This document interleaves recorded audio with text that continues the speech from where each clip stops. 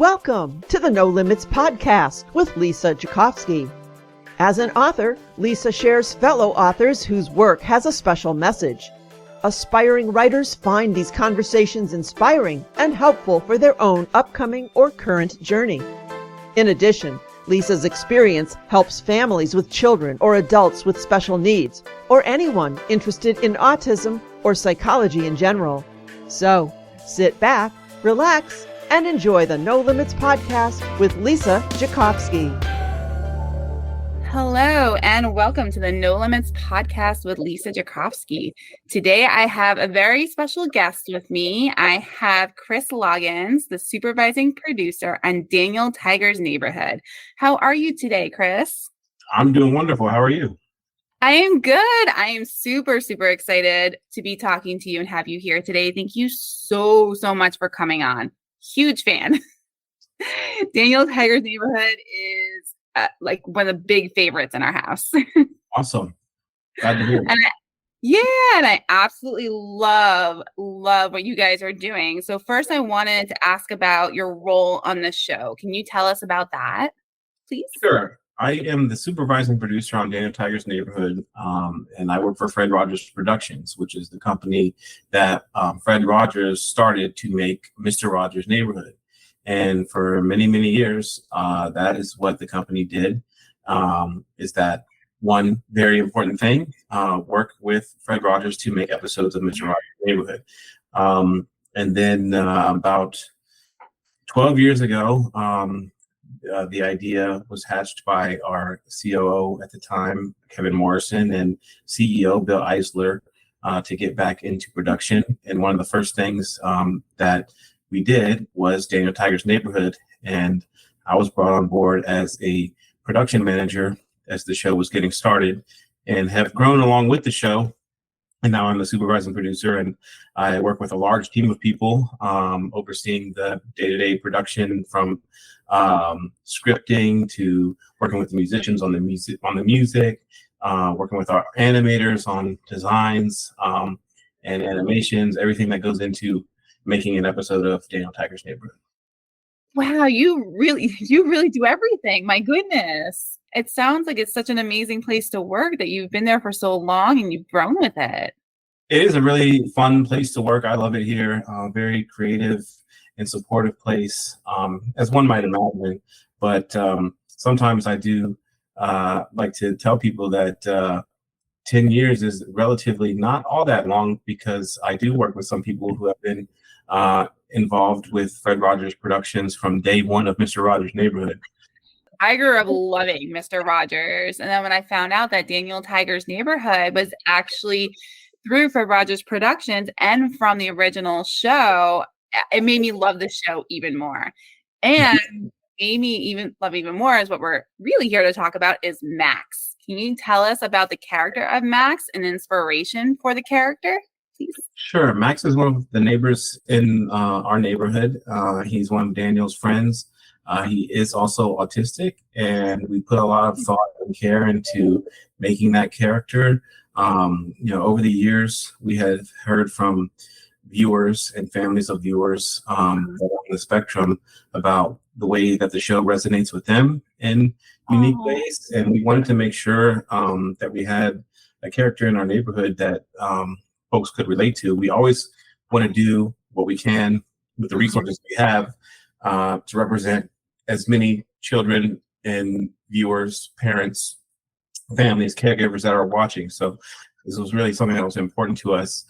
And when we were just making the decisions on who Max is, it was important to us to make him a fully fledged character with his own likes and interests. And we knew going into this, and confirmed in working with advisors on his character, that he represents one person on the spectrum, because it is a spectrum. He's him, and he's his own unique person, but he's a really great addition to the neighborhood. He is Teacher Harriet's nephew, and his sister is Amira, and we often see him show up in lots of different episodes throughout the series. There was an episode where we first met him, and the kids learned about him and his needs and what he likes to do. But beyond that, we made sure to keep him involved in all the other stories as well. That is so incredible and so special. And I really love the fact that, you guys really push that this is Max. It's one individual. You said it's a spectrum. It doesn't represent everyone in the community. And that is so incredible of you to do, because so many people think that these signs attribute to everybody. I've been getting so many questions about Asperger's, I did a reading yesterday and I got questions from the kids about, does this affect every individual with autism? So it's really, really special to have this character. And now I see why you guys really did this, because you really understand and you believe in this character and showing autism in the right manner. And not many shows will do that. I had mentioned before, I talked to the writers on Thomas the Train before we came on, and they had told me that other networks and shows refused to put a character in with autism because of all the work that went into it. Oh, wow. Yeah, and we're going to get into about that too, about the boy who voiced, but they didn't want to deal with all that. And that is so sad to hear, and that's what resonated with me about what you're saying about the inspiration for Max, is you guys really care. And that's really why Daniel Tiger's Neighborhood is so amazing and so loved by children and families. Because even as adults, we love this show. Even if, his daughter's not watching it, we want to watch it. Like, we can't wait for the new episodes to come out, That means a lot to me, because we strive to have people enjoy the show, obviously, but it means a lot to hear about caregivers watching with their children, that co-viewing opportunity that people can enjoy it together.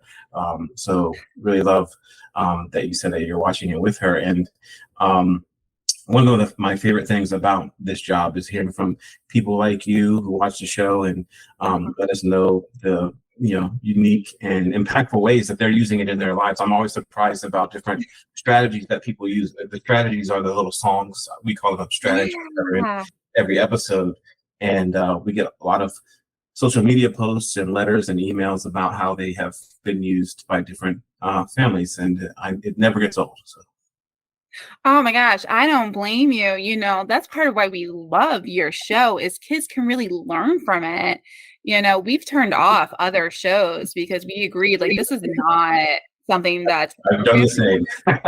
Yeah, right? Or something to like learn from. Like, your show, it shows things that most shows don't.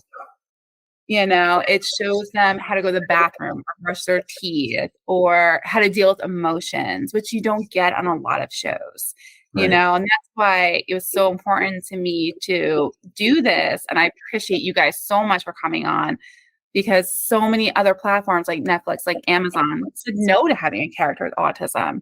But then you guys show all these incredible things and you say, okay, we're going to tackle this too, on top of all these amazing lessons that we have. It's just, you guys are incredible. We love it. I can't wait for the new season to come out next month. Thank you. I should say that it's important to know that we have an incredible partner in PBS Kids.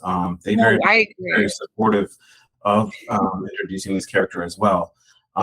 So we're very fortunate in that way, and definitely they were supportive of all of the work, thought, and care and extra attention that went into it. That's amazing to hear. That's the only thing we put on too, is PBS Kids. And that's one of our favorite networks to watch too. I absolutely love hearing that. I just hope we get more, and that's why it was so important to do this too, to inspire other networks. Like, who cares about the work you got to put in? Because part of that was, so you guys found a young boy that voices him. Yes. Voice Max, and that was one of the things that the networks didn't want to take the time to do, that you did, Thomas the Train did. Can you tell us about the young boy and why it was important to have an individual like him, that's a child with autism, to be the voice? Sure. His name is Israel Thomas Bruce. He played Max in the episode that we were talking about, and it was important from the very beginning that this character be cast with authenticity. So we wanted to take the time working with our casting director and our great team of partners at 9 Story US, who are creative partners on the show, to find somebody to embody this role in an authentic way. And turns out that Israel was a perfect fit, and it was his first major acting role. And I think he would be okay with me sharing. After he took on the project, he wrote us a lovely letter telling us about how much it meant to him, and that it helped him with his confidence. And he used his first acting paycheck to treat his class to a pizza party. That's amazing. That is so cute. But he's a great actor, and perfect for the role. And we continue to take that same approach to all the new roles in the series. Authenticity is very important. I love that. He sounds absolutely adorable. He sounds so sweet, and that's so important to show the world, and have that authenticity, because, I get the questions all the time. What is autism? Why do they, do this? Or, how does it affect this? I got these questions yesterday from 5th graders, and not everything is negative. And having characters like this, having a young child be the voice and then write to you guys, it shows they can do it too. Autism is not limiting. And that's what we really need to get more out there. And I love the fact that you had this young boy. He sounds so sweet. He's so inspiring. Oh my gosh. I hope he continues to act. He's going to continue to voice Max and stay on the show. Right. Yes, as we do have the actors on Daniel Tiger's Neighborhood are real kids, and sometimes they do grow older and their voices change, so we have to sometimes recast. But we would always cast the role with authenticity. I absolutely love that. Oh my gosh, he is inspiring so many children and families out there, as are you guys. This is incredible. If he can do it, they can do it. What do you hope the message children receive from watching Max's and from watching Daniel Tiger's Neighborhood in general? Great questions. When we were introducing the character of Max, it was twofold. Like I said before, we wanted to have a character that kids on the spectrum could relate to. The strategy of the episode is when someone needs something different from you, there are things you can do. So in that way, we wanted to start to develop empathy in all children watching the show. So I guess that's the general hope too for the series. Is I kind of sometimes use a Fred Rogers quote that I paraphrase, is that we're hoping to make goodness attractive. We wanted it to be attractive to be thoughtful, caring, kind, and empathetic people. And if we can start, building these messages and giving the building blocks for these things, because we know young kids, are egocentric, and they're just starting to understand how to be empathetic and think about another person. But these messages that are in Daniel Tiger's Neighborhood help with some of that. And that's one part of it. But there's also, we hope to help kids with, growing in their understanding of social concepts and social structures in life, such as, going to the potty. That's one that I hear about often is, a lot of families have used the show for potty training with our episode. When you have to go potty, stop and go right away. And I use that on myself. I'll admit it. We did too. But that's like the beauty of the show, I think that's so incredible. You guys really take the time to do that, really take the time to think about how is this going to help children? Because I'm with you. We used it. We were like, Daniel goes to the potty. You can go to the potty. We definitely use the show for different things. Daniel eats this, you eat that, or brushing your teeth. You gotta try new foods because it might taste good. Right? Yeah.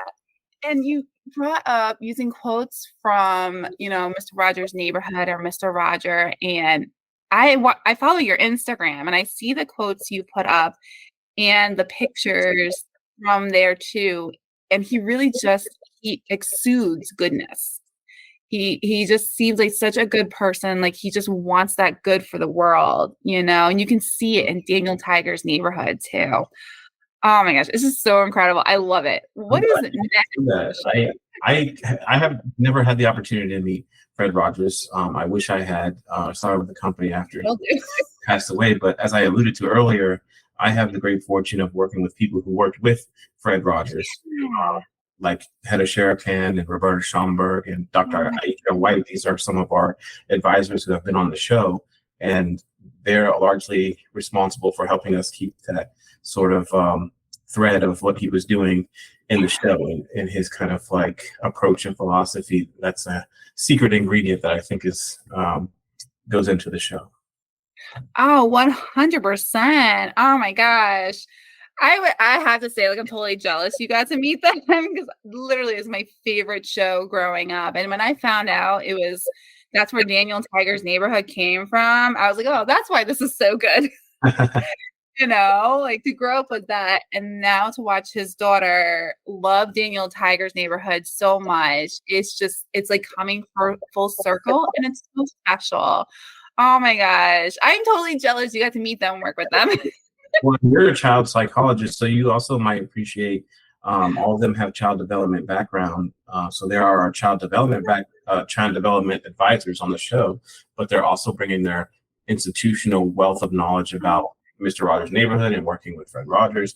And that kind of approach of working with advisors to make the show goes all the way back to what Fred Rogers was doing on Mr. Rogers' Neighborhood. He was leading everything, and he was a genius, creative. He was a musician. He wrote the songs, he wrote the scripts, and that was all coming from him. But he did consult with child development advisors, and he had his own expertise in that area. But one of them was Margaret McFarland, who was a very early child psychologist here in Pittsburgh, and they would meet to talk about what he was doing with the show, and she would give him some child development feedback on it, and he would then take that and incorporate it into the show however he saw fit. But like just kind of like continuing that legacy of relying heavily on child development now.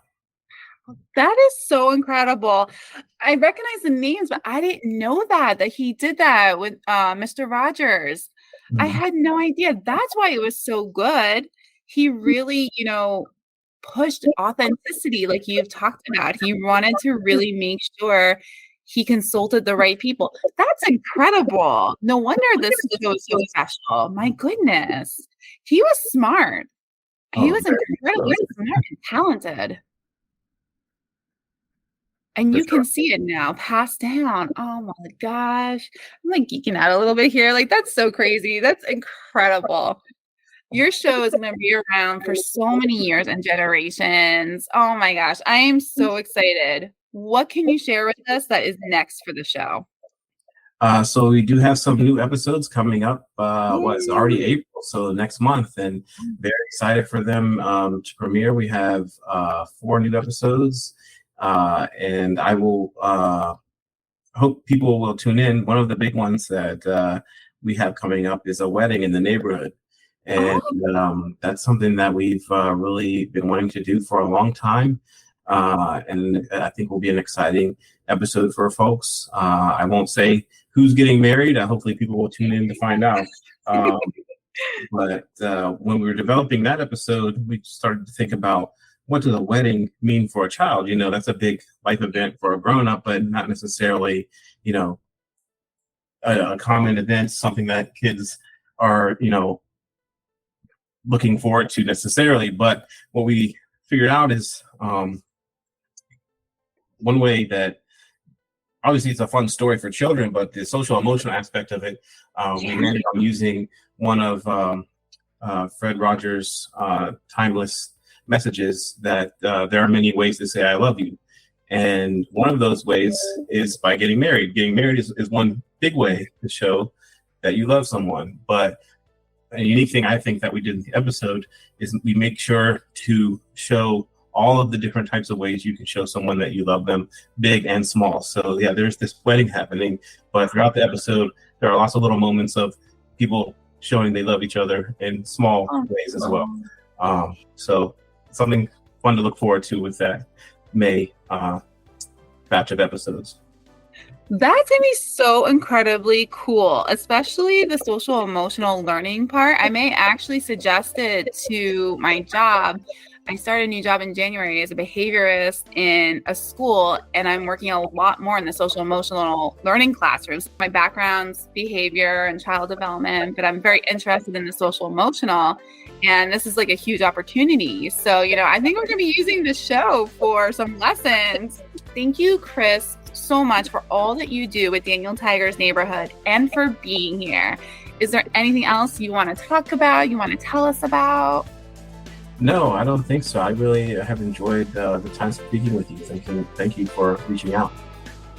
Thank you so much, Chris. My name is Lisa Jakovsky, and this is the No Limits podcast with Lisa. If you'd like to come on, you can go to my website, www.lisajayauthor.com, and reach out. Thanks.